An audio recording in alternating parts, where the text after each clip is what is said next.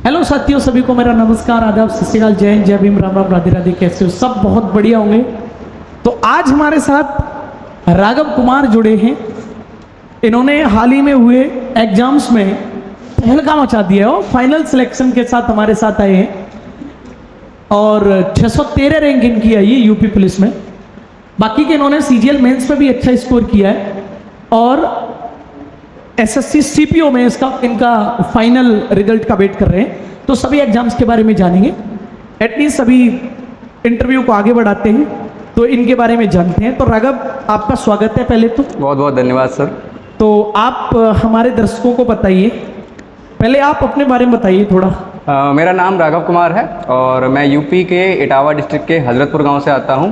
और ज़्यादा कुछ है नहीं, नॉर्मली गांव में छोटा मोटा खेती बाड़ी करते हैं हम लोग। और वहीं से फिर अभी कोचिंग स्टार्ट करने के बाद में काफ़ी सारे एग्ज़ाम दिए जैसा उन्होंने बताया, और अभी यूपी पुलिस में फाइनल सिलेक्शन आ गया है और अभी हम आपके सामने हैं। तो कैसा लग रहा आपको फाइनल सिलेक्शन के बाद? निश्चित तौर पर सर खुशी तो बहुत हो ही रही है। और जहाँ तक बात करी जाए, कहीं भी जाते हैं नई जगह, किसी को पता चलता है कि इनका फाइनल सिलेक्शन हो गया है यूपी पुलिस में, तो सर एक नया सा सम्मान देखने को मिलता है जो कि पहले शायद नहीं था। तो अब जब कहीं पे भी जाते हैं तो अच्छा लगता है, लोगों की नज़रें भी चेंज हुई हैं, थोड़ा अच्छे से देखते हैं, अच्छे से बात करते हैं। अच्छा, मतलब सम्मान का भाव बढ़ गया है। सम्मान का भाव बढ़ गया है। तो आप बताइए, जब आपने देखा कि आपका फाइनल सिलेक्शन हो गया, उस टाइम पे आपको कैसा लगा? मतलब क्या रिएक्शन था आपका? रिएक्शन सर कुछ इस तरीके से था, जैसे मेरे एक मित्र ने कॉल किया मेरे पास कि भाई यूपी पुलिस का फाइनल रिजल्ट आ गया है। लगभग 11 साढ़े 11 बजे की बात थी। तो बट उसको ऐसा लग रहा था कि आज 2 बजे आएगा, मुझे भी यही था कि आज 2 बजे रिजल्ट आएगा, ऐसा कुछ था। लेकिन जब मैंने चेक किया तो रिजल्ट आ चुका था। अब क्योंकि मुझे पहले से पता था कि मार्क्स के आधार पर तो मैं बाहर नहीं हो सकता हूँ, ये तो मुझे पता था। बट ये है कि जब फाइनल लिस्ट में नाम देखा तो वो एक सर खुशी अलग होती है। कोई कितना भी कह ले कि ये छोटी नौकरी है, बड़ी नौकरी है, लेकिन जब फाइनल लिस्ट में नाम आता है वो खुशी अलग होती है, मिडिल क्लास बच्चे के लिए। हाँ, बहुत अच्छा लगा। तो घर वालों का क्या रिएक्शन था रिजल्ट से? घर वालों के भी सर बहुत अच्छे रिएक्शन थे कि सबको एक उम्मीद थी, घर में पहली सरकारी नौकरी, और कहूँगा घर में क्या मोहल्ले में भी अभी हाल फिलहाल के टाइम में पहली सरकारी नौकरी मान लीजिए। तो सबके रिएक्शंस बहुत अच्छे हैं, घर वालों के भी और घर के आस पड़ोस वाले जो लोग हैं सबके रिएक्शंस बहुत अच्छे हैं, पॉजिटिव रिएक्शन है, अच्छा लग रहा है सबको। अच्छा। तो क्या कुछ परिवर्तन आया आपके जीवन में रिजल्ट आने के बाद? मतलब क्या महसूस कर पा रहे हैं? परिवर्तन का सर मैं बताऊं, पर्सनल लाइफ में इतना खास परिवर्तन नहीं आया, क्योंकि अभी भी मेरा वही रूटीन है कि सुबह उठ के थोड़ा बहुत अपना घर पे काम वाम किया, उसके बाद में वही कि लाइब्रेरी चले जाए, लाइब्रेरी से शाम को घर पे गई, और वही रूटीन चल रहा है। लेकिन जैसा मैंने आपको बताया कि प्रोफेशनल लाइफ में सर, मतलब जब भी किसी नए इंसान से मिल रहा हूँ, कहीं भी रिश्तेदारी में घूमने जा रहा हूँ, कोई किसी प्रोग्राम में जा रहा हूँ, तो किसी को भी जब पता चलता है कि इस बंदे का फाइनल सिलेक्शन हो गया यूपी पुलिस में, तो सर वो नज़रें जो मतलब अब जो पॉजिटिविटी से दिखती है ना, बहुत अच्छा लगता है। जलवा कह सकते हैं आप उसको। तो अभी आपने जैसा बोला कि आप लाइब्रेरी आ रही लगातार, तो अभी मतलब किसके लिए, आप किसके पीछे पड़े हो आप? अभी सर मेनली 2 टारगेट्स हैं, और ख़ास तौर से देखा जाए तो एसएससी सीजीएल, और फिर मैं यूपीएसआई को भी टारगेट कर रहा हूँ। क्योंकि मतलब यूपीएसआई क्या है कि जैसे मैं बता रहा हूँ कि यूपी पुलिस कांस्टेबल में मुझे विश्वास था कि इसमें मैं मार्क्स के आधार पर बाहर नहीं हो सकता हूँ, सेम कॉन्फिडेंस लगभग यूपीएसआई के लिए भी है कि कम से कम यूपीएसआई में मार्क्स के आधार पर बाहर नहीं हो सकता हूँ। और रही बात मार्क्स के अलावा, उसका फिजिकल भी यूपी पुलिस कांस्टेबल से ईजी होता है, तो उम्मीद है उसमें। तो इसलिए अभी के टाइम पे एसएससी सीजीएल और यूपीएसआई। अच्छा। लेकिन आपने जैसा बोला कि अभी आपका फाइनल सिलेक्शन हुआ, तो शायद जहाँ तक मुझे आइडिया है तो आपका एसएससी जीडी में भी 2 बार हो चुका था। शायद आप रेस नहीं लगाने गए, जबकि आप सीपीओ की तो रेस लगा के आई। हुआ सर ये था कि एसएससी जीडी का जब मेरा पहली बार सिलेक्शन हुआ था 2023-22 वाली भर्ती जो 23 तक ऐसे चल के आई थी, तो जब मैं गया था उसमें गया था मैं रेस लगाने, बट उसमें मेरी चेस्ट कम थी तो मुझे फिजिकल अनफिट कर दिया गया था। तो वहाँ से मैं बाहर हो गया था। उस टाइम जीडी के लिए काफ़ी मन था, लेकिन उस टाइम नहीं हो पाया क्योंकि चेस्ट कम निकली थी और मैं बाहर हो गया था। फिर जो सेकंड टाइम की जीडी थी जो अभी 2024 वाली, तो उसमें मैं रेस लगाने नहीं गया था, क्योंकि अब ये था कि जीडी नहीं करनी है। अच्छा। जीडी से बेहतर हम कुछ और कर लेंगे, हाँ। मतलब लेवल सब धीरे धीरे बढ़ता चला गया। तो जैसा कि अभी आपने बताया कि यूपी कांस्टेबल, एसएससी सीपीओ और एसएससी सीजीएल या फिर यूपीएसआई, तो ये चार आपके जो है कि मैंने अपनी बातों से, आपकी बातों से लग रहा है। हाँ, तो फिर इनका मुझे आइडिया बताओ, आप कैसे बैलेंस कर रहे हैं कि आप सीजीएल देखें। अच्छा, इस बार सीजीएल का क्या था आपका? इस बार का सर ये था कि प्री निकला। अच्छा, कौन सा अटेम्प्ट था आपका ये? ये इस बार मेरा दूसरा अटेम्प्ट दूसरा था। attempt, ठीक है, ठीक है। तो प्री निकला, बहुत खुशी हुई, फिर मेंस के लिए लग गए और जी, जी। मेंस का भी सर ठीक है, अच्छा स्कोर था, उम्मीद थी शायद इतने में हो सकता है। कितना बना आपका फाइनल स्कोर? फाइनल स्कोर मेरा 324 मार्क्स बना है। वाह, और तो मतलब थोड़े से रह गए, बहुत थोड़े से रह गए, 2-3 क्वेश्चन से बोल सकते हो। पर ठीक है, इस बार अगर हो भी जाता तो शायद साउथ में पोस्टिंग मिलती, तो वहाँ से अगली बार फिर अटेम्प्ट देना पड़ता है, इधर आना पड़ता। तो ठीक है, कोई नहीं, जो हुआ अच्छे के लिए हुआ, अगली बार फिर मेहनत करेंगे और फिर से आएंगे। SSC CPO? सीपीओ का पिछली बार का मेरा फिजिकल आउट हो गया था, मैं इस बार का मैं प्री हो चुका है, फिजिकल हो चुका है, मेंस का पेपर दे चुका हूँ, स्कोर कार्ड भी आ चुका है, लेकिन सर अभी जो है उसका रिजल्ट नहीं आया। रिजल्ट बहुत वेटिंग में, अभी रिजल्ट के बाद फिर उसका मेडिकल भी होगा, तो ये समस्याएं चल रही हैं, मेडिकल बहुत डिले हो रहा है उसका। मैं सोच रहा था कि यूपी पुलिस की ट्रेनिंग पे जाने से पहले इसका मेडिकल में दे चुका हूँगा, बट नहीं हो पाया है अभी तक अच्छा, मेडिकल। मतलब तो ऑलमोस्ट आपकी तरफ से फाइनल इसमें है, एक मतलब चांस है कि इसमें हाँ। फाइनल हो जाएगा आपका? इसमें इतना पूरा चांस है कि एक जॉब सिक्योर है मेरी, अगर मैं चाहूँ तो। बट मैंने सोच रखा है कि अगर मुझे दिल्ली एसआई, तो पता है मुझे मार्क्स थोड़े कम है, नहीं मिलेगी, लेकिन अगर सीआईएसएफ तक मिलती है तो मैं ज्वाइन करूँगा, नहीं तो सीआरपीएफ मैं अपनी पोस्ट प्रेफरेंस मैं नहीं भरूँगा, क्योंकि हो सकता है जैसे मैं वो जॉब करूँगा नहीं, लेकिन किसी दूसरे बच्चे के लिए वो जॉब बहुत इंपॉर्टेंट हो, तो मैंने अगर पोस्ट प्रेफरेंस में भर दी तो उसकी जॉब चली जाएगी, तो फिर ऐसा करना ही क्यों है, उसकी जॉब उसको मिल जाने दें, तो इसलिए मैं पोस्ट प्रेफरेंस में उसको नहीं भरूँगा। अच्छा अच्छा, तो आप रैंक क्या है आपकी यूपी पुलिस में? रैंक सर 613 रैंक बनी है मेरी यूपी पुलिस में, और अंडर 1000 रैंक 60,000 वाली भर्ती में होना मतलब बहुत खुशी की बात है मेरे लिए तो। और इतने सारे एग्जाम्स को एक साथ देखते हुए? हाँ, हाँ। अच्छा, तो कितने मार्क्स पर मतलब बनी है रैंक ऑलमोस्ट? क्या आपका स्कोर होगा? फाइनल आंसर की से मैंने मैच किया है, तो 234 रॉ मार्क्स थे मेरे 23 तारीख की फर्स्ट शिफ्ट में। अच्छा, नॉर्मलाइजेशन। तो उसमें मुझे नॉर्मलाइजेशन ठीक मिला होगा, क्योंकि पहली अनएक्सपेक्टेड शिफ्ट मानी जाती है और उसमें थोड़ा पेपर भी अच्छा था, तो नॉर्मलाइजेशन ठीक मिला होगा, जिसके चलते 613 रैंक है। अच्छा, तो आप सीरियल का प्री हो गया था, उसके बाद यूपी पुलिस का पेपर था या फिर? नहीं, यूपी पुलिस का पेपर मेरा 23 अगस्त को था, जी, जी। और सीजीएल का पेपर सितंबर में था। तो हुआ ये था कि यूपी पुलिस के लिए मैंने इस बार पढ़ा ही नहीं था, जो फरवरी में एग्जाम था उस टाइम मैंने पढ़ा था यूपी पुलिस के लिए बहुत मन से, जी, जी। लेकिन इस बार कुछ खास नहीं पढ़ा मैंने। जी जी जी। इस बार सिर्फ ये है कि मैं सीजीएल के लिए पढ़ता गया, लास्ट के 5-6 दिन मैंने यूपी पुलिस को दिए अच्छा, अच्छा। और एग्जाम दे के चला आया। ओह, तो एक्सपीरियंस बताइए उस दिन का, जिस दिन आप पेपर देने गए थे हॉल में कि चलो पुलिस का पेपर है। उस दिन का सर एक्सपीरियंस ये है कि यहाँ से निकले हम बस में, और क्योंकि बस में टिकट्स फ्री थी तो भीड़ बहुत ज़्यादा थी, है ना। अच्छा अच्छा। अगर टिकट फ्री नहीं होती, वो अलग बात है कि ट्रेन वाला भी भीड़ वाला सिस्टम था, लेकिन बस में टिकट्स फ्री थी, तो जितने भी स्टूडेंट्स थे वो ज़्यादातर प्रेफरेंस दे रहे थे बस को, तो बहुत ज़्यादा भीड़ थी। वहाँ पहुँचे रात में 12 साढ़े 12 बजे के आसपास। अब वहाँ पहुँच के मुझे ये नहीं पता चल रहा कि मैं अब जो 4-5 घंटे अपने सुबह के वो बिताऊँ कहाँ। तो अच्छा। देखा वहाँ पर सर इतने ज़्यादा एस्पिरेंट्स थे, वो सब के सब जहाँ उनको जगह मिल रही है वहीं पे लेटे हुए हैं, कोई अपना चद्दर बिछाए हुए है, कोई गमछा लेके गया वो बिछाए हुए है, कोई ऐसी सूखी ज़मीन पे लेटा हुआ है। तो फिर थोड़ी देर बाद लगा कि नहीं, हमें भी यहीं पे लेटना पड़ेगा और रात अपनी यहीं पे काटनी पड़ेगी। तो वहाँ पहले देखा तो फ्रूट्स का एक ठेला लगा था, वहाँ से फिर केले लिए, 2-4 केले खाए और वहीं फिर अपना बिछा के और सो गए। तो फिर जब सुबह उठे तो एग्ज़ाम हॉल था करीब 1.5-2 किलोमीटर रहा होगा वहाँ से, तो फिर पैदल निकल लिए, एक आध लोग और साथ में मिल गए थे सेम सेंटर के, पेपर दिया आराम से और बस से ही फिर वापस आ गए। सर ये बहुत अच्छा था कि उस दिन टिकट के पैसे नहीं लगे थे तो कहीं ना कहीं ये था कि चलो कोई नहीं, बस पकड़ लेते हैं, कोई दिक्कत ही नहीं होगी। अच्छा हाँ। अच्छा, पहले पेपर और हो चुका था फेब में पुलिस का? हाँ हो चुका था। वो कैंसिल हुआ, तो कैंसिल उसमें हो क्या कैसा स्कोर था, मतलब क्या उस समय आपको? उसमें मेरा इससे ज़्यादा स्कोर था, उसमें 240 मेरे रॉ मार्क्स थे। मतलब उसमें ये था कि 124 मेरे सही क्वेश्चन थे, 16 गलत क्वेश्चन थे, 120 बन रहे थे काटने पीटने के अच्छा, बाद में। अच्छा। तो वहाँ पे ना अगर वो पेपर सक्सेसफुली होता और बिना किसी लीक के होता तो शायद उसमें मेरी रैंक और बेहतर बन सकती थी, क्योंकि उसमें आपको भी पता होगा कि 15-16 जो अनएक्सपेक्टेड क्वेश्चन आए थे उसमें बच्चों ने काफ़ी गलत किए थे, लेकिन मेरे वो क्वेश्चन ठीक थे, मतलब लॉजिकली सोच के वो ठीक हो गए थे, तो वहाँ पे स्कोर बहुत अच्छा बन रहा था मेरा।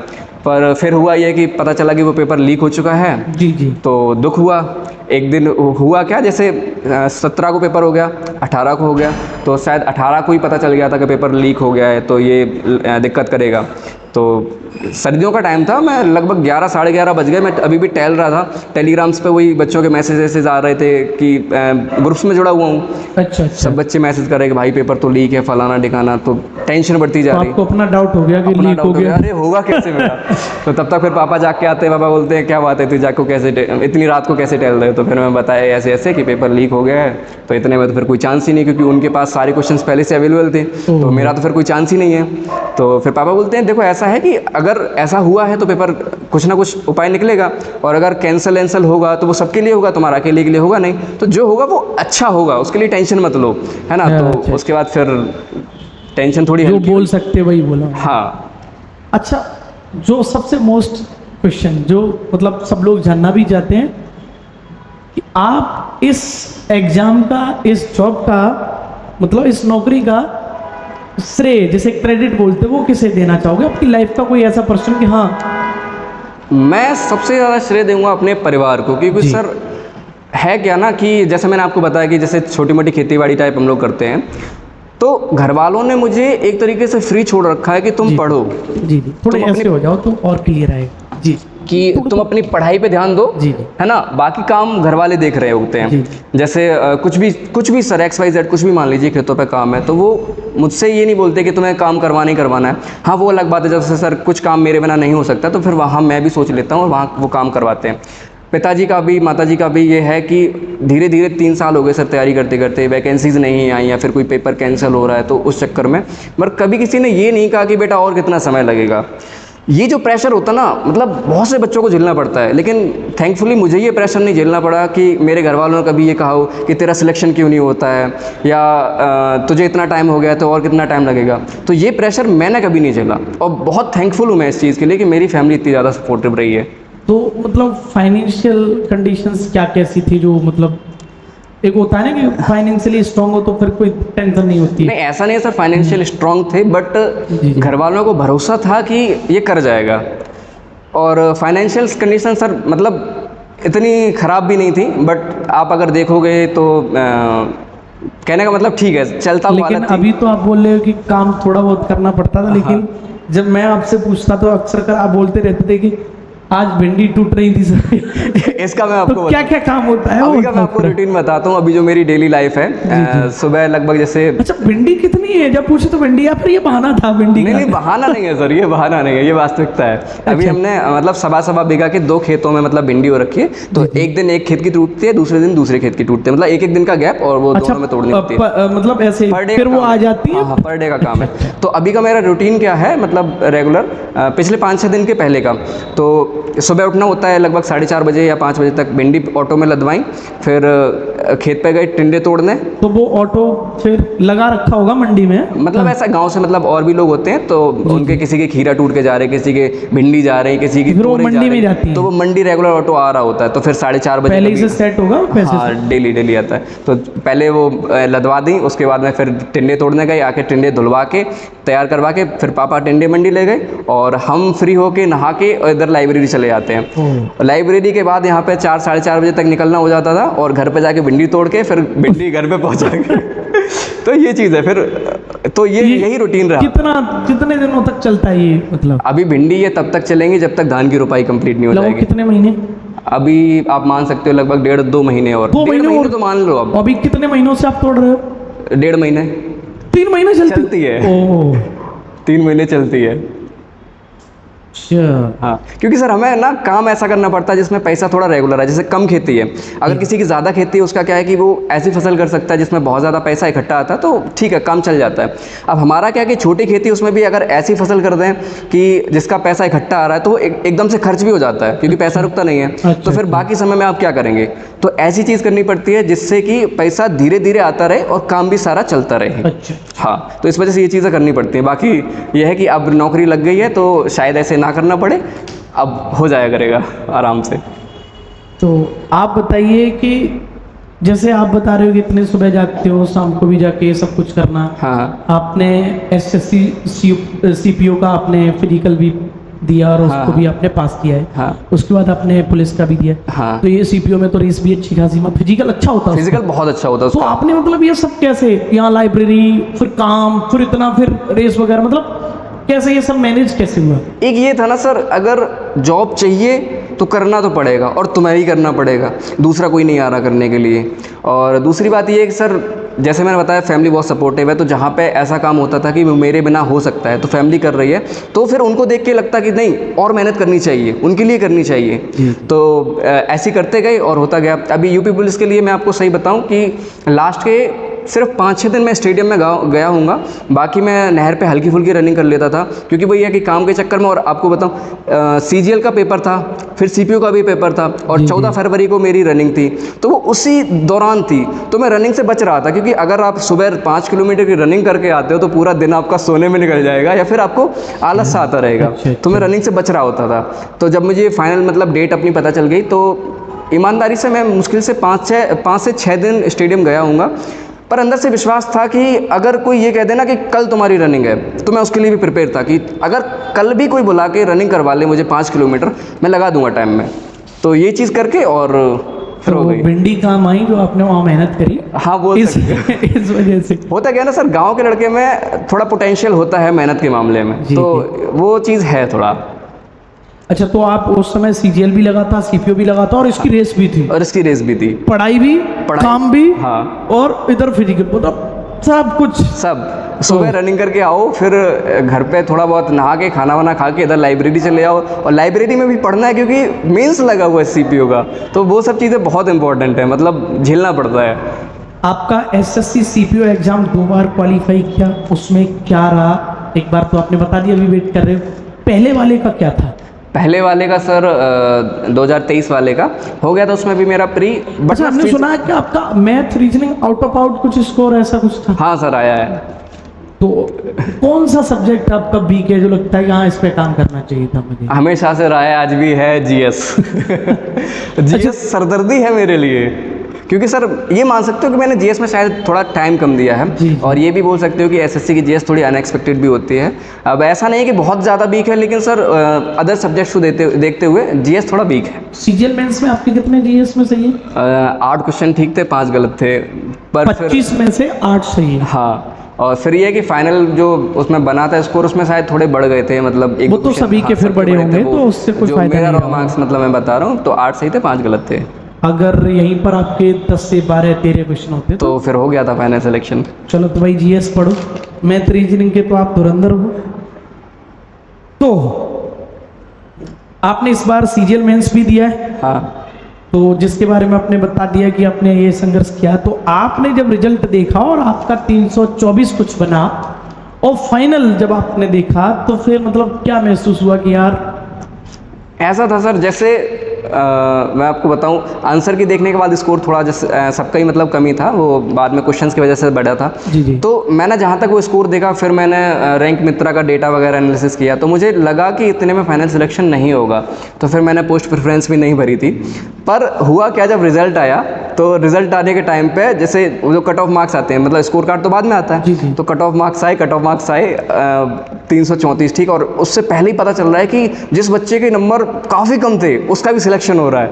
तो फिर मेरे दिमाग में टेंशन सी बढ़ने लगी, टेंशन इस बात की कि अगर मेरे भी नंबर बढ़ गए होंगे, कट ऑफ से ज़्यादा चले गए होंगे, है ना, और मैंने पोस्ट प्रेफरेंस नहीं भरी, तो मुझसे बड़ा गधा कौन। बट फिर ये है कि जब स्कोर कार्ड आया, तो वो अलग बात है, 324 देख के खुशी तो हुई, मतलब वैसा दुख हुआ कि चलो फाइनल में नहीं हुआ, लेकिन खुशी भी हुई कि कम से कम ये मेरे कट ऑफ से पार नहीं है, क्योंकि फिर वो दुख जो होता है ना, वो बहुत बड़ा दुख होता है, वो झेल नहीं पाते। इसका मतलब है सीजीएल सीपीओ, ये बड़े बड़े पेपर, इसका प्रेशर आप लिए बैठे हो, तो पुलिस इसलिए आपने एकदम यूं मतलब कह सकते इसे, बोल सकते हो, ऐसा भी बोल ऐसा सकते हो। कुछ फायदा है मतलब इन सब चीज़ों का, या बहुत बड़ा फ़ायदा है सर। जैसे मैं आपको बताऊं, अगर यूपी पुलिस का बच्चा है, उसने होता क्या है कि सिर्फ यूपी पुलिस कांस्टेबल के ही लेवल के सवाल देखे होते हैं, चाहे वो मैथ्स रीजनिंग की बात कर लो, है ना, हिंदी तो नहीं आती इसमें, या फिर जैसे जीएस की बात कर लो, लेकिन अगर एसएससी एस्पिरेंट है तो उसने मैथ्स के वो सवाल देखे हैं जो यूपी पुलिस कांस्टेबल के शायद बैचेस में नॉर्मली लोग नहीं कराते हैं। तो उनका हमेशा फ़ायदा रहा है। और हमेशा फ़ायदा का मैं आपको बताऊं कि जो फरवरी 2024 में एग्ज़ाम हुआ था, जी जी जी, तो हाँ फरवरी 2024 में हुआ था, उसमें भी मेरा मैथ्स में पूरा स्कोर था जो कांस्टेबल वाले में, out of out. Out of out. और जो इधर हुआ था जो अगस्त में, उसमें भी पूरा स्कोर था। तो और बहुत से लोग मैंने देखा जो सिर्फ कांस्टेबल की तैयारी कर रहे थे, उनके मुंह से सुना कि भाई यार इस बार पेपर बहुत डिफिकल्ट था, मैथ्स सीजीएल का मेंस पेपर में बहुत कितने डिफिकल्ट था। आपके मैथ में? सीजीएल मेंस में शायद 84 मार्क्स हैं आउट ऑफ 90, यानी और रीजनिंग में 87 मार्क्स हैं आउट ऑफ 90। 48 क्वेश्चन। हाँ, गुड। जीएस पे काम करो। जीएस पे काम करना पड़ेगा। तो आपने आरपीएफ एसआई का भी एग्जाम दिया, हाँ। वो भी आपका निकला है। मतलब क्या खा खा के पेपर देने जा रहे हो आजकल तुम तो, मतलब क्या इसके बारे में थोड़ा बताओ। मैं बताऊं, मैं सर खा के कुछ नहीं जाता हूँ, मैं यहाँ से कचौड़ी लेके जाता हूँ। वो कचौड़ी ना जब तुम जाओ 2-4 लोगों को और देखे जाओ। नहीं, मैं खिला देता हूँ, बट ये है कि उनसे बाद में मिल नहीं पाता हूँ, तो पता नहीं चल पाता कि उनका हुआ अच्छा, उनका हुआ है। लेकिन ये है कि मैं यहाँ से जाता हूँ तो कचौड़ी लेके जाता हूँ। होता क्या है ना कि पेपर से पहले कुछ खाने का मन होता है, अनहेल्दी खा नहीं सकते रोड से ऐसे, तो फिर घर का कचौड़ी ले गए और खाए, और फिर पानी वानी पी के अंदर एग्जाम दे लिए, बाहर आके फिर से कचौड़ी खा ली, खत्म कर ली, और फिर लौटते टाइम क्या करता था, फ्रूट व्रूट लेके ऐसे वापस आता था। तो सारे एग्जाम मेरे लगभग ऐसे ही जाते हैं, कचौड़ी खा के एग्जाम देता हूँ मैं। सब लोग मीठा खा के देते हैं, तो ये रहस्य है। ये रहस्य है। तो जितने घर वाले हैं, जो मम्मियाँ हैं जो मीठा खा के भेजती हैं, तो कचौड़ी बनाओ सब लोग और पैक करवा के भेजो उनको। उसमें क्या कितना आपका स्कोर रहा? आरपीएफ एसआई में मेरा शायद 84 रॉ मार्क्स वैसे बन रहे थे। फिर क्या हुआ कि मेरे शिफ्ट के 7 क्वेश्चन कैंसिल करे गए थे। अच्छा। और फिर कुछ नॉर्मलाइजेशन वैसा करके तो मुझे 90 के आसपास मार्क्स हो गए हैं मेरे फाइनल मार्क्स जो हैं, और उसमें मेरा 99.82 परसेंटाइल बन रहा है। 99.82 परसेंटाइल बन रहा है। परसेंटाइल बन रहा है, इसका मतलब अगर आपने इसका फिजिकल कर लिया तो लगभग चांस है। हाँ। तो आप मुझे बताओ, अब फिर तो तुम फिर दुविधा में फंस गए, फिर क्या करोगे? करना क्या है? करना ये है सर, जो बेहतर है कि जो बेहतर है, उसको बेहतर पकड़ की के। तलाश में। हाँ, जो बेहतर है उसको तुम बेहतरीन बनते जा रहे हो, बेहतर की तलाश। हाँ हाँ। अच्छा, पैट में पैट आपने दिया था? पैड बिल्कुल दिया है पैट सर। में क्या कैसा स्कोर रहा आपका? जो सर पहला, मैंने 3 पैड दिए हैं अभी तक के। तो जो पहला पैड था उस टाइम मैं मतलब ऐसे कोचिंग मतलब कुछ भी तैयारी नहीं थी, तो ऐसे ही देखने चला गया था। उसमें शायद 55 परसेंटाइल था। लेकिन जो सेकंड पैड था उसमें मैंने तैयारी करी थी और उसके बाद पैड दिया था, तो उसमें शायद 74 या 75 मार्क्स थे और 98.20 परसेंटाइल था मेरा। और जो अभी का एग्ज़ाम हुआ था ना, रिसेंट वाला जो शायद 2023 में हुआ, उसके बाद तो हो नहीं पाया, तो उसमें भी 44 मार्क्स हैं। बट वो 44 मार्क्स अपने आप में बहुत ज़्यादा है, क्योंकि आपको भी पता कि पैट का क्या लेवल था और क्या DI थी। आपका मैं ये जीएस मान भी लो- बहुत अच्छा होगा फिर तो। नहीं, मेरा पैट का जो अच्छा, आपका मैथ वगैरह का स्कोर की वजह से ही रहा। मैथ्स के स्कोर की वजह से तो DI के 20 क्वेश्चन जो आते हैं, जी, जी। लोगों ने 6-7 भी हल नहीं कर पाए थे। हाँ, हाँ, हाँ। मेरे उस DI में 20 में से 18 क्वेश्चन ठीक हैं। वाह, सब ये मान लो कि जो भी हुआ है कि वो मैथ्स की वजह से हुआ है। वो पूरे 18 ठीक है, मतलब 20 में से 18, और बाकी जो 5 क्वेश्चन अलग से आते हैं वो शायद सारे सही थे। तो इस वजह से वहाँ पे भी 95 परसेंटाइल उसमें भी है। तो अब वन मोर क्वेश्चन जो सबको इंतजार होगा, वो भी आपके जो है कि पहले तो मैं एक साथ ही सबका पूछ रहा हूँ, क्योंकि आपका पुलिस का भी था, ठीक है। सीजीएल का भी था, ठीक है। सीपीओ का था। तो आपको मेरे अनुसार 5 सब्जेक्ट कवर करने होंगे, और लगभग थोड़ा जीएस में भी फिर था, क्योंकि ये सब थोड़ा अंतर हो यूपी जाता है। जीके यूपी की वगैरह जीके और उसकी जीके थोड़ी अलग तो होती है। आपने सारे सोर्सेज क्या अप्लाई किए? पहले तो आप यूपी पुलिस के लिए बताओ, फिर सीजीएल के लिए बताओ। यूपी पुलिस के लिए देखो, हिंदी के लिए राहुल सर की क्लास में बैठ के मैंने स्टार्ट करा। आपने ऑफलाइन एसके कैंपस यानी जहाँ आप इंटरव्यू दे रहे हैं। इंटरव्यू दे रहे हैं, ठीक है। तो राहुल सर से हिंदी पढ़ी जी। और उसके बाद में उन्हीं के नोट्स, मतलब उन्होंने, मेरा क्या था कि जैसे नोट्स बनाने में उतना वो चीज़ सर रहती नहीं है, मतलब आलस रहता था उस जी, टाइम पे। जी। तो उन्होंने नोट्स अपने निकाले थे, तो वो मैंने खरीद लिए थे। क्लास नोट जैसे ये क्लास नोट्स हैं, जैसे अभी ये है आपके, ये मैथ्स के सवाल हैं, इसका भी अभी हम चर्चा करेंगे। तो हिंदी की पहले बात कर लेते हैं। हिंदी में क्या था कि राहुल सर के नोट्स, पहले क्लास पढ़ ली, फिर नोट्स पढ़ लिए। नोट्स के बाद में एक यूट्यूब पे मतलब टीचर है अरुण सर करके, कैरियर पे पढ़ाते अरुण हैं, सर कैरियर उनकी सुपर 60 करके उस टाइम पे सीरीज पढ़ी थी। जी जी। तो उससे मैं मतलब हर एक टॉपिक क्वेश्चन वाइज कवर करते गए। वो एक टॉपिक के 60 सवाल लेते थे। अच्छा, आपने प्रैक्टिस करी? हाँ, प्रैक्टिस कर ली। और फिर उसके बाद में क्या कि जैसे यहाँ पे जो शीटें होती थी, तो शीटें मैं प्रैक्टिस करने के बाद लगाता था, तो फिर एकदम अलग आनंद में, मतलब हिंदी की सिर्फ जो अकेला हिंदी का टेस्ट होता था लगभग टॉप ही हो जाता था, उसमें कोई वो भी नहीं है। और फिर जो यूथ की एक बुक आती है, यूथ कंपटीशन टाइम्स हिंदी, काफ़ी अच्छी बुक है सर, क्वेश्चन फॉर्मेट में होती है, तो वो भी बुक मैंने लगाई हुई है। अच्छा, तो राहुल सर से आपने ऑफलाइन पहले पढ़ी है। कंप्लीट करी, हाँ, उसके बाद आपने नोट्स बनाए नहीं, उनका क्लास नोट्स आया, क्लास नोट्स वो आपने रट्टा मारा। बिल्कुल। अरुण सर की सुपर 60 सीरीज की आपने। इसके अलावा सर हिंदी साहित्य के लिए मतलब हुआ क्या था कि जैसे लास्ट में जैसे मैं सीजीएल पे शिफ्ट हो गया था, तो मैंने राहुल सर से साहित्य नहीं पढ़ पाया था, और फिर मैं लास्ट में आके फिर कोचिंग भी ऐसे बंद हो गई थी, तो हिंदी के जो साहित्य का पोर्शन है वो मैंने नवीन सर से किया है, जो RW पढ़ाते हैं। नवीन सर से, तो साहित्य नवीन सर से किया है, प्रैक्टिस यहाँ यानी कि शीट और प्लस सुपर 60 प्लस बुक, जो अच्छा बुक यूथ हाँ 3 जगह से प्रैक्टिस की है। गुड।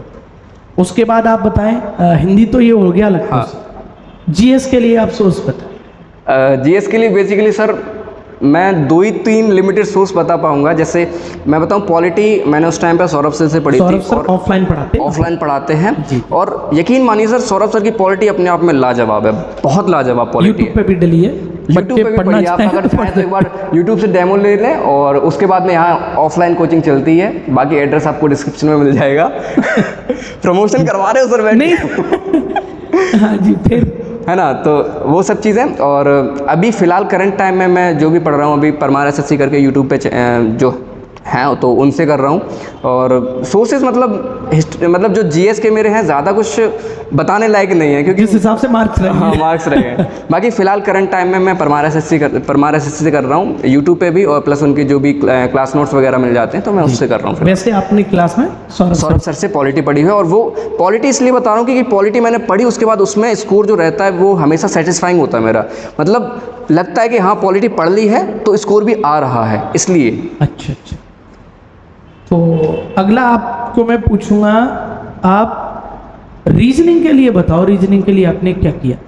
रीजनिंग के लिए जैसे पहले तो अपनी जहाँ कंबाइंड कोचिंग थी वहाँ से थोड़ा पढ़ा, फिर कोचिंग अलग होने के बाद यहाँ पे जो अंकित सर पढ़ाते हैं तो अंकित सर से पढ़ा, और फिर ज़्यादा फिर रीजनिंग मतलब क्लास में एक बार हो गया, उसके बाद मैंने प्रैक्टिस पे ध्यान दिया। प्रैक्टिस भी मॉक्स के फॉर्मेट में, और प्रीवियस ईयर बेस्ड जो मतलब PDF बहुत आती है सर, मतलब आप अगर क्वेश्चंस को ढूंढने चलो बहुत PDFs मिलती हैं, तो ऐसे मैंने बहुत सारी क्वेश्चन लगाए हैं। क्वेश्चन लगाए एक बार सिलेबस करने के बाद कोई स्पेशल नहीं है, बस कर लिया आपने। कुछ चाहिए ही नहीं होता है रीजनिंग में, आप मॉक्स लगाइए, सेक्शनल मॉक लगाइए और प्रैक्टिस कीजिए, आप उसी में सुधर जाएंगे। सीपीयू में आपका आउट ऑफ आउट था? सीपीयू में आउट ऑफ आउट था। तो अब आप बताइए, इंग्लिश के लिए सोर्स बताओ जो आपने अभी CGL के लिए किया था। CGL के लिए हालांकि इंटरव्यू तो यूपी पुलिस का है, लेकिन ये बनना ऐसा है कि बहुत सारे सवाल आ रहे हैं, तो क्या करें, इतनी सारी चीज़ें मैनेज कोई कैसे कर सकता, बस इसलिए हम ये सारी चीज़ें पूछ रहे हैं, क्योंकि यूपी पुलिस के मतलब एग्जाम में इतना अच्छा रही, और वो भी सब चीज़ें मैनेज करते हुए, भिंडी को तोड़ते हुए साथ साथ में। भिंडी।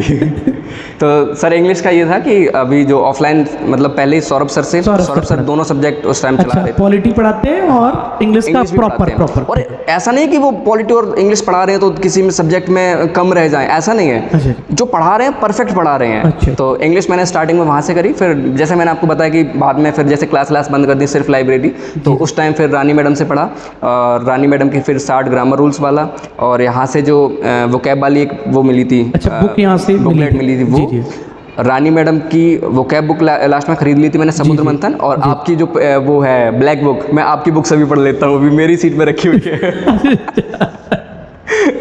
अच्छा। हाँ, तो आज पता चल गया कहाँ है वो।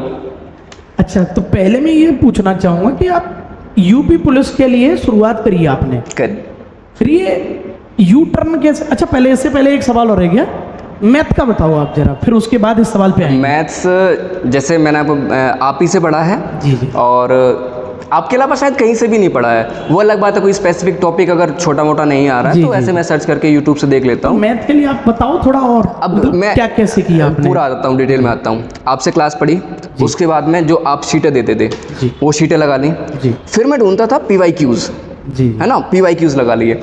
और फिर जब भी एग्जाम पास में आता था तो आपने एक पतली सी बुक निकाली थी, वो शायद 96 पेजेस थे, उसमें दोनों साइड मिला के, इसमें आपने भी काम किया था। वर्जन आ गया उसका। तो ये किताब है वो, तो मैं सही बता रहा हूँ सर, लास्ट टाइम पे जब रिवीजन का टाइम आता है तो बहुत ज़्यादा मोटी किताब से रिवीजन नहीं हो पाता है, क्योंकि उनमें सवाल बहुत ज़्यादा होते हैं। आप सोचो कि मतलब कल एग्जाम है, परसों एग्जाम है, आप आज लेके बैठ रहे हो, 300-400 पेजेस की किताब है, वो ख़त्म नहीं हो पाती है। और जो 97 पेज हैं उसमें, शायद 97 थे आई थिंक, 96 या 97 ऐसी कुछ थे। तो वो किताब आप, ये है कि अगर आपने बहुत बार पढ़ रखा है तो उसको 2-3-4 घंटे में लगा सकते हो कंप्लीट मैथ्स का रिवीजन हो जाएगा।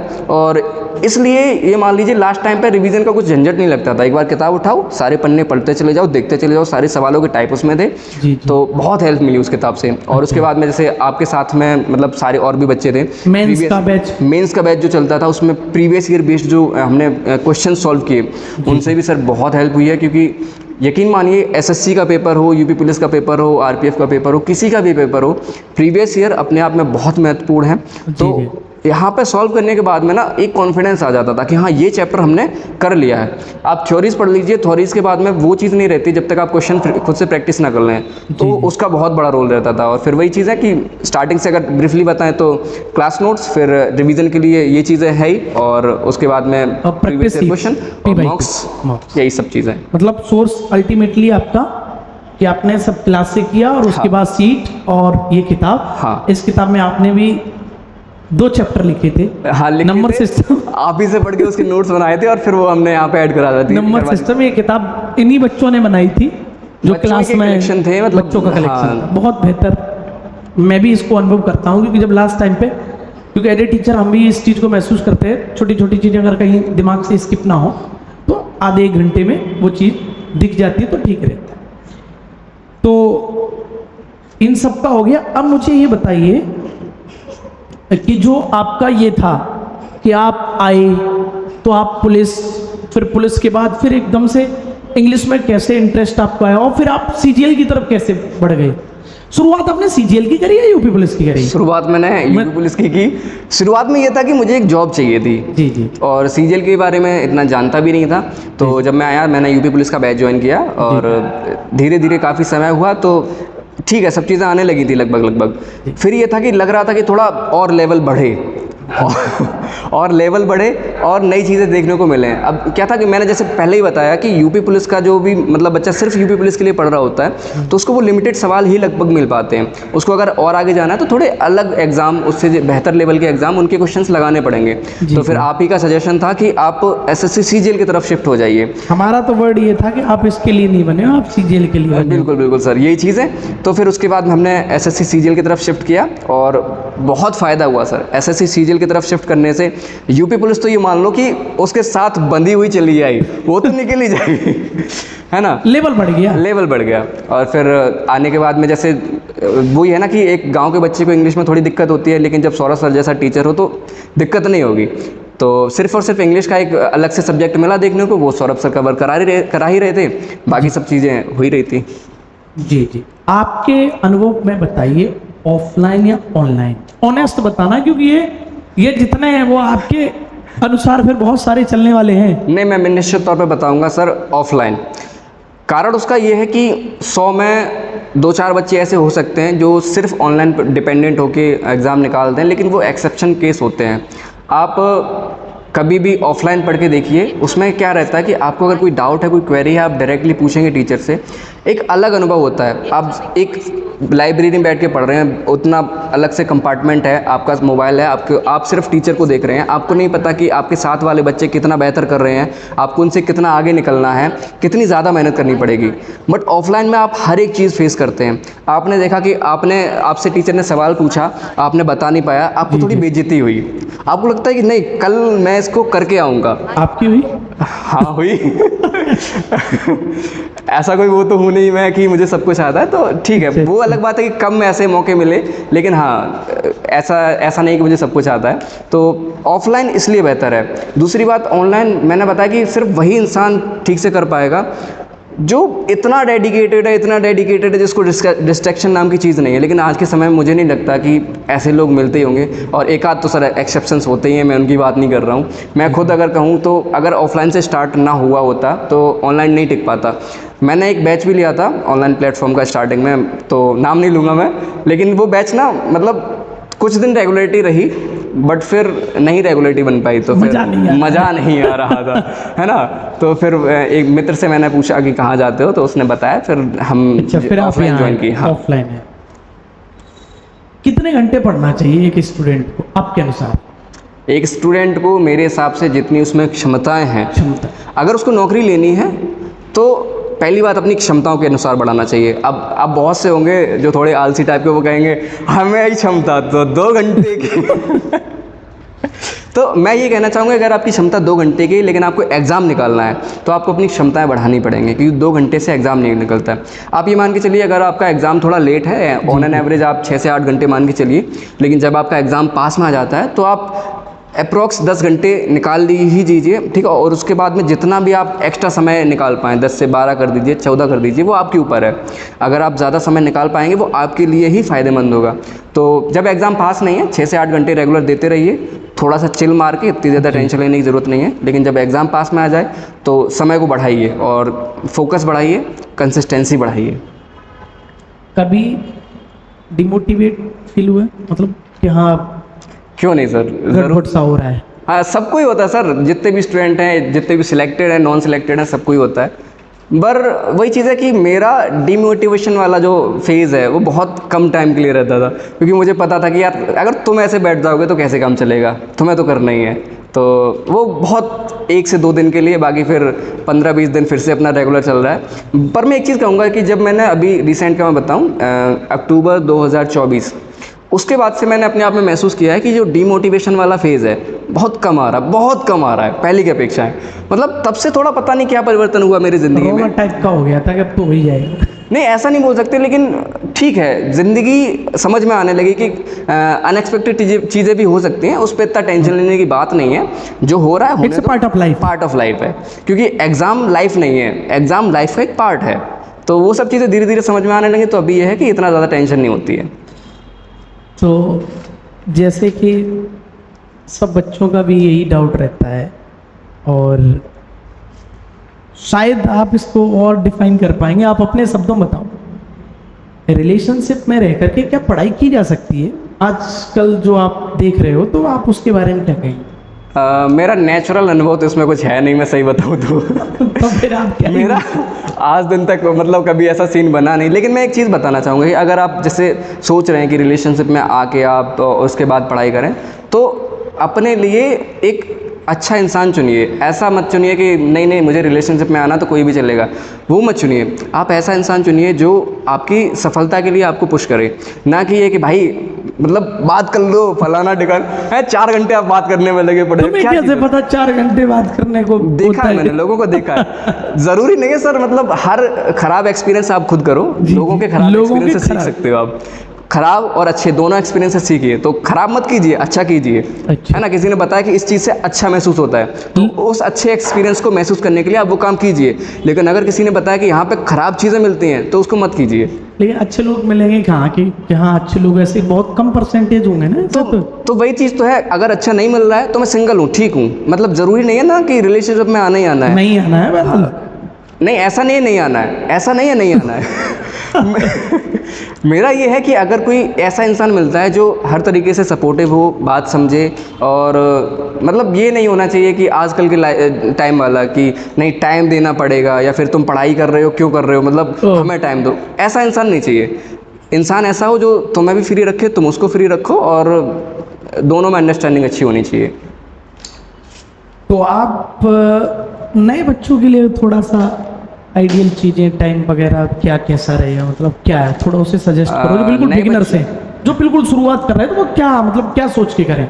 नए बच्चे ये सोच के करें कि ये एक लड़ाई है, और ये लड़ाई कितनी भी लंबी चल सकती है।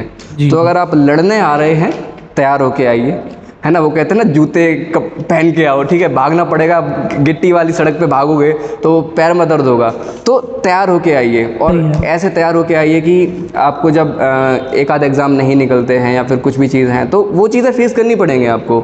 और ये मत सोच के आना कि मैं 4 महीने में पेपर निकाल के और फ्री हो जाऊँगा, जॉब लग जाएगी मेरी। ये सब मतलब बहुत माइनर केसेस होते हैं ऐसे कि कोई आया 2 महीने 4 महीने पढ़ के पेपर निकाल लिया, वो भी तब हो सकता है जब उसकी बहुत पहले प्रिपरेशन हो रखी होगी या फिर उसका बैकग्राउंड अच्छा होगा। अगर आप बिगिनर्स हैं, आ रहे हैं, तो आप मान के चलिए आप कांस्टेबल वाले एग्ज़ाम के लिए भी 8 से 10 महीने मान के चलिए मिनिमम, मैक्सिमम ये कितने भी जा सकते हैं। तो तैयार होके आइए, समय निकाल के आइए। समय निकाल। और दूसरी बात यह है कि अपना ना फील्ड भी पहचानिए। मतलब काफ़ी सारे ऐसे भी स्टूडेंट्स हैं जिनका ये फील्ड नहीं है, सरकारी नौकरी उनका फील्ड नहीं है, वो शायद किसी दूसरी क्वालिटी में बहुत अच्छे हैं। तो वो टीचरों पे भी डिपेंड करता है कि वो उन्हें सजेस्ट करना चाहिए कि तुम इसके लिए हो। हाँ, अब बहुत से क्या है कि मतलब अपना प्रोफेशन में आगे जाने के लिए बच्चे आओ बच्चे, है ना, फीस दो बच्चे, वो सब चीज़ें नहीं होनी चाहिए। अगर एक बच्चे में पोटेंशियल है, आप तभी उसको रोकिए। अगर आपको लग रहा है कि नहीं उसमें पोटेंशियल है नहीं इस चीज़ का, लेकिन हमें फीस मिल रही है, तो वो बेटर नहीं है। आपको करना ये चाहिए कि अगर उसमें किसी दूसरे क्षेत्र को लेके ज़्यादा कला है, आप उसको उसके लिए प्रमोट कीजिए। उसके घर वालों से बाई चांस ऐसा है कि घर वाले नहीं ज़बरदस्ती भेज रहे हैं, तो उनको बात करके समझाइए कि आप वहाँ उसको एक बार ट्राई करवाएं। शायद वो वहाँ पे बहुत अच्छा कर जाए, यहाँ से बहुत अच्छा कर जाए। जैसे एक मूवी है, अगर आपने देखी हो, तमाशा मूवी।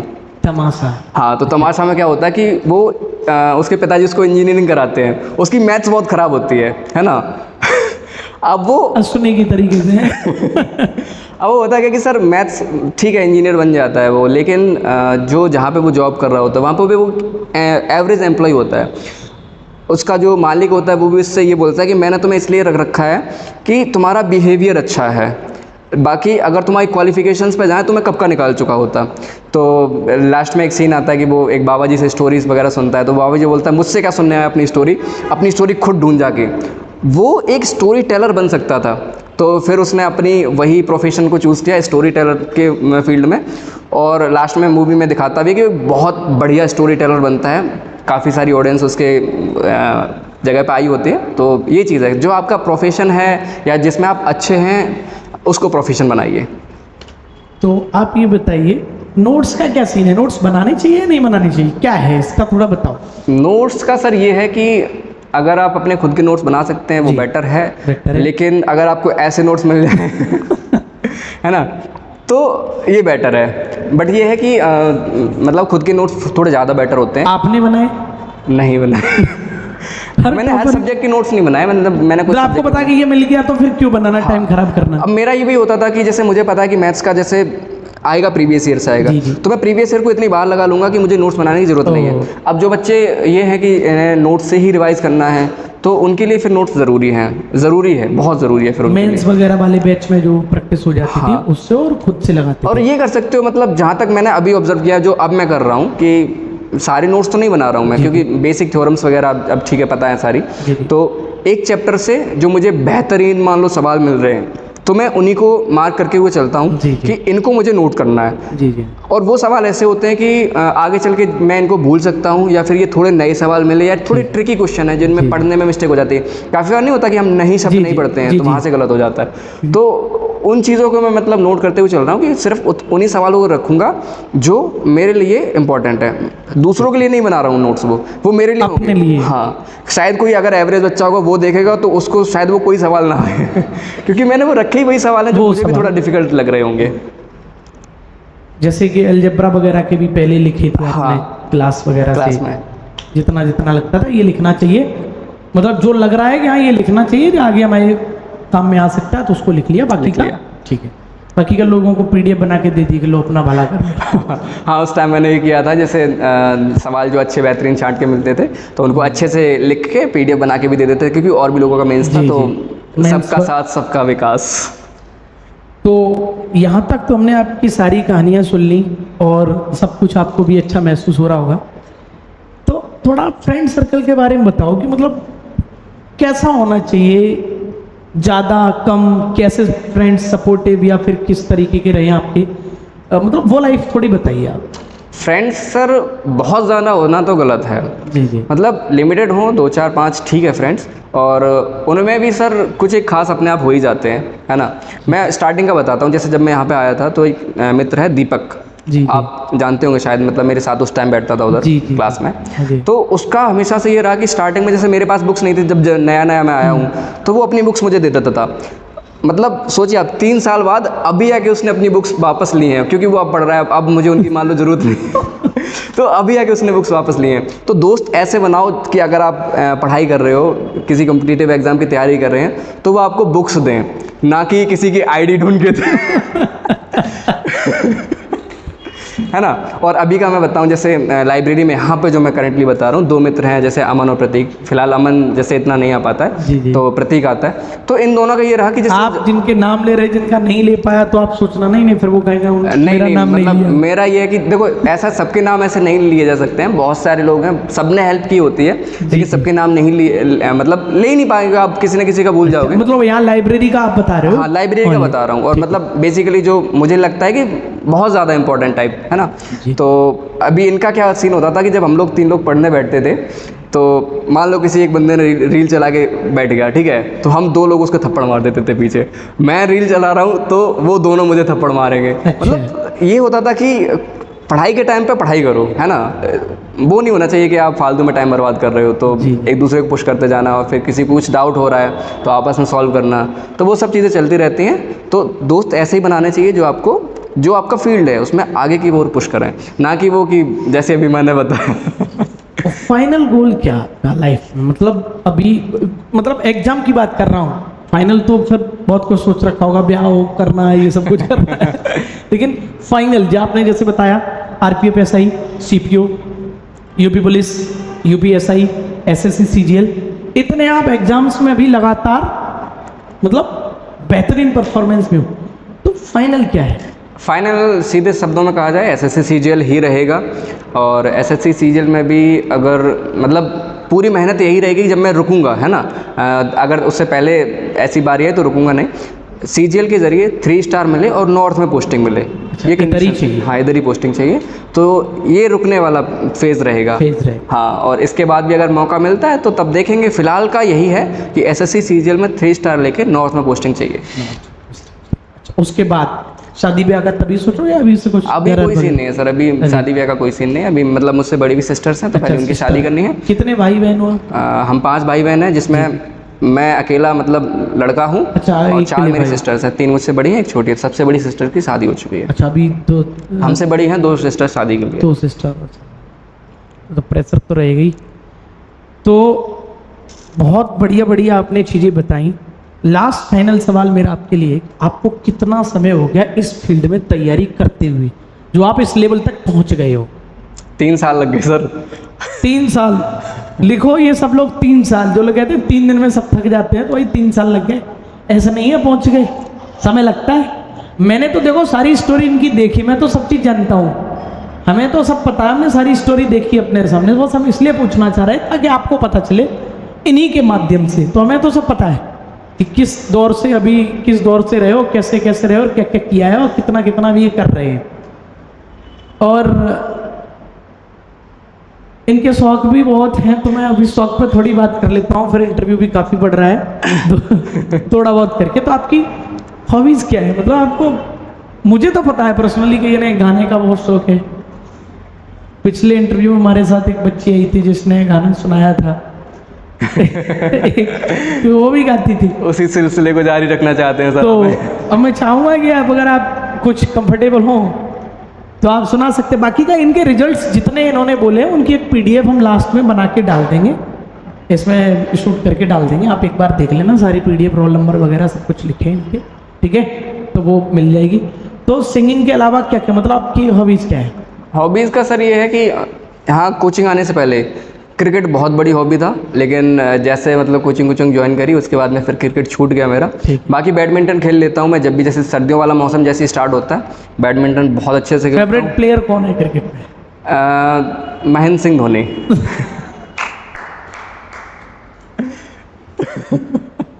हम यही सुनना चाह रहे थे। अच्छा, हाँ, तो हाँ, फिर क्रिकेट के अलावा फिर आगे जैसे मैंने बताया क्रिकेट है भाई। हमारे सामने विराट कोहली, और वो विराट कोहली के बहुत बड़े फैन बैठे हैं, तो उनको थोड़ी हताशा हुई है ये चीज़ सुन के। तो ये कह रहे हैं कि हम इंटरव्यू बंद कर देंगे। तो अच्छा, क्रिकेट के अलावा फिर? जैसे मैं बैडमिंटन खेल लेता हूँ और ठीक ठाक खेल लेता हूँ। अच्छा, हाँ, आपको हरा दूंगा मुझे। और चेस भी आप खेलते हो? चेस भी खेलता हूँ। हाँ, तो अभी हमारा आपका गेम था 10 गेम में आपने 4 में मुझे हरा दिया, 6 में मुझे हराना। हाँ, लगातार 10 गेम हराने की बात हो रखी है, आपको 4 में हरा चुका हूँ, बाकी 6 भी हरा दूंगा।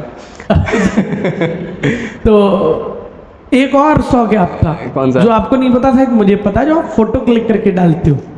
हाँ, वो भी कह सकते जो नेचर की फोटो, और उसी चक्कर में अपना फ़ोन भी छिन गया था। हाँ नहीं, फ़ोन उस चक्कर में नहीं गया था, फ़ोन वो गया था मतलब मैं कॉल करते हुए टहल रहा था तब गया था। पुलिस वाले बंदे का फ़ोन छिन गया, ये गए थाने में बोलते कि बताओ अभी से ये हाल है तो फिर आगे क्या करोगे, तुम कैसे बचाओगे देशवासियों को? और सिंगिंग का इन्हें ऐसा इतना मतलब शौक है। क्लास चल रही है, क्लास खत्म हुई, क्लास के बाद इन्हें खाना पीना खाया।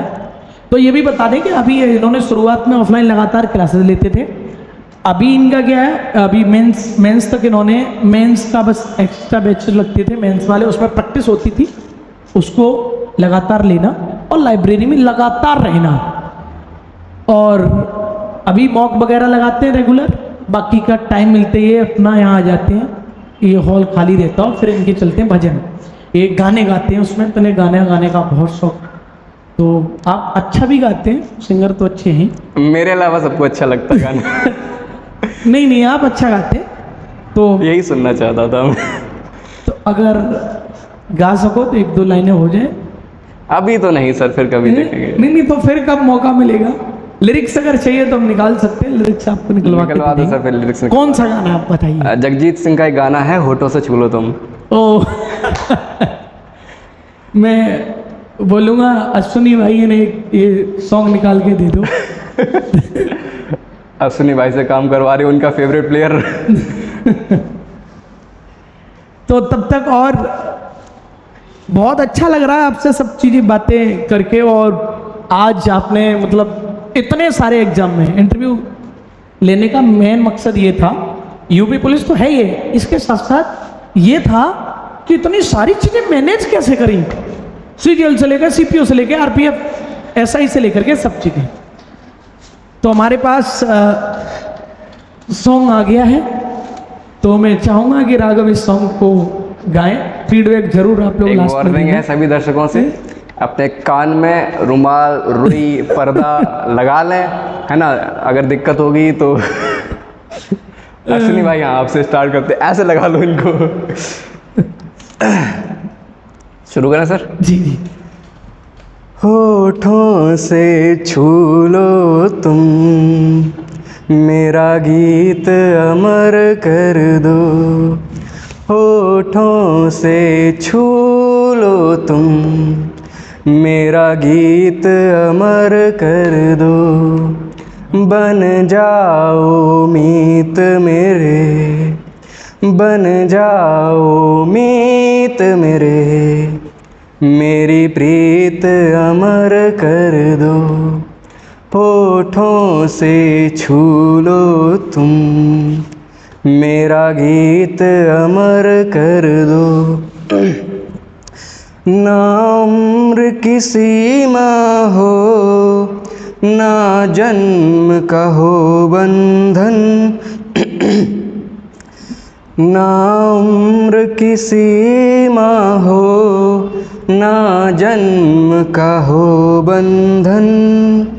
जब प्यार करे कोई तो देखे केवल मन, नई रीत चला कर तुम, नई रीत चला कर तुम, ये रीत अमर कर दो। होठों से छू लो तुम, मेरा गीत अमर कर दो। आकाश का सूनापन मेरे तन्हा मन में, आकाश का सूनापन मेरे तन्हा मन में। पायल छनकाती तुम, आ जाओ जीवन में, सांसें देकर अपनी, सांसें देकर अपनी, संगीत अमर कर दो, संगीत अमर कर दो, मेरा गीत अमर कर दो।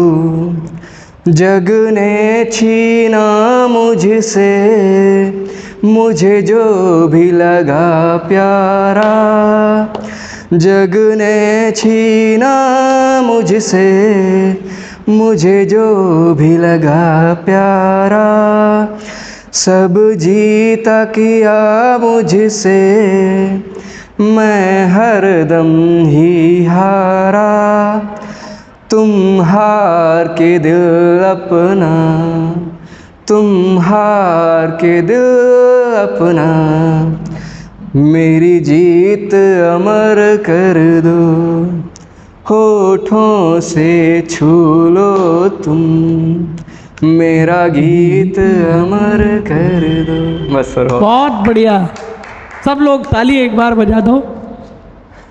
टैलेंट है, हर चीज का टैलेंट है, सिंगर भी हैं और ये यूट्यूबर भी हैं लेकिन उसके बारे में ये खुद ही आगे बताएंगे जब इन्हें आगे फिर चाहेंगे कि और आप इंटरव्यू दें आकर के आने वाले एग्जाम का।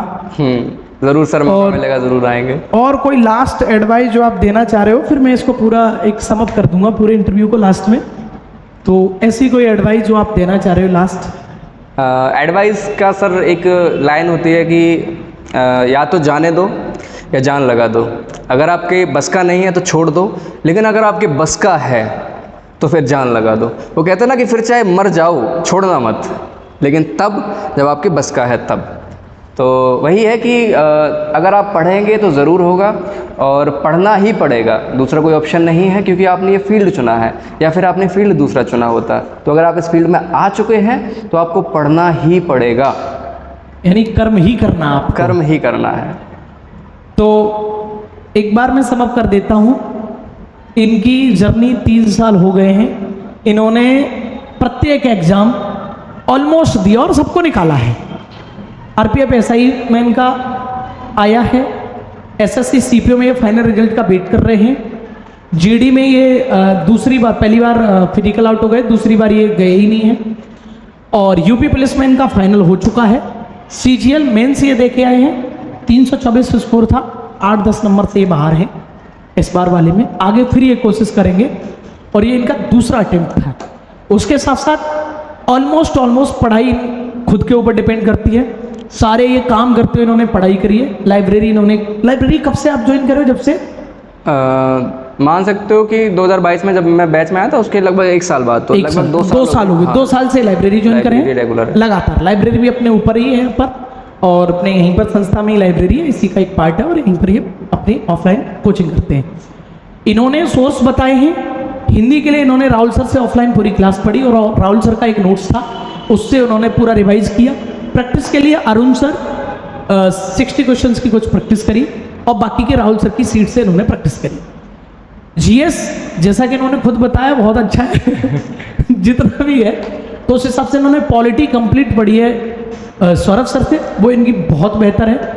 बाकी का इतना बेहतर नहीं है, तो अभी उसके लिए इन्होंने सजेशंस भी नहीं दिए, और दूसरा भी कोई वो एक एसएससी परमार सर है, उनसे भी ये पढ़ रहे हैं। और हिंदी में साहित्य नवीन सर से इन्होंने पढ़ा है, क्योंकि इनकी क्लासेस वगैरह ये इधर आ गए थे सीजीएल में, इस वजह से हिंदी का ऑफ हो गया था इसलिए। और उसके बाद इन्होंने रीजनिंग क्लासेस में पढ़ा है, ऑफलाइन क्लासेस में पढ़ा, और खुद अंकित सर से पढ़ा है, और पहले ये जहाँ पढ़ते थे पहले वहाँ पढ़ा है। और उसके बाद इनका प्रैक्टिस जो है कि इन्होंने मतलब खुद मेन है मॉक वगैरह से प्रैक्टिस करी हो, जो यहाँ पर हम लोग मॉक लगाते हैं मेंस वगैरह में, उसमें यहाँ वगैरह मेंस वगैरह का बैच चलता है, तो उसमें अलग से प्रैक्टिस होती रहती है, और सीट वगैरह से। मैथ के लिए इन्होंने खुद बताया, अब मैं खुद बोलूँगा तो थोड़ा अजीब लगेगा मैथ के लिए इन्होंने अभी तक किसी भी टीचर को इन्होंने अपनी तरफ से तो नहीं बताया है, इन्होंने फॉलो नहीं किया है।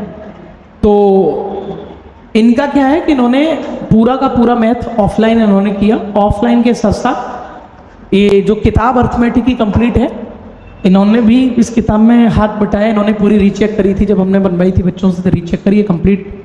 बहुत बेहतर शानदार किताब रही है, बहुत कम पेजेस में सब कुछ है, इन्होंने यहाँ से किया। बाकी का जो सीटें मिली उससे किया, और मेंस के बैच में प्रैक्टिस जो खतरनाक वाली हुई है, 2018 से लेकर के 2024 तक के हर सवाल लगवा दिया था ऑलमोस्ट। हाँ, लगभग सारी क्लास में सब कुछ लगवा दिया। बाकी का जो कठिन मिले इन्होंने अलग अलग लिख लिए। ऐसा रहा। उसके बाद इंग्लिश के लिए सौरभ सर से बिल्कुल जैसे ही यूपी पुलिस वाले बैच में आए थे, बाद में हमारी इनसे मुलाकात हुई। मैंने कहा बेटा आप किसके लिए नहीं इसके लिए हो, तो फिर ये उस दौर में है। तो सौरभ सर से इन्होंने शुरुआत बिल्कुल इंग्लिश से करी, और अब जब इन्हें टाइम मिलता है तो वो सौरभ सर के नोट्स और बुक है वो रानी मैम को ये फॉलो कर रहे हैं। जी। रानी मैम को ये फॉलो करते हैं, तो इतना इनका सोर्स है। तो बाकी का पढ़ाई तो टाइम है ही, और इन्होंने पूरा खेती बाड़ी का भी पूरा काम देखते हुए सब फैमिली को भी संभालते हुए ये सब कुछ यहाँ तक आए हैं।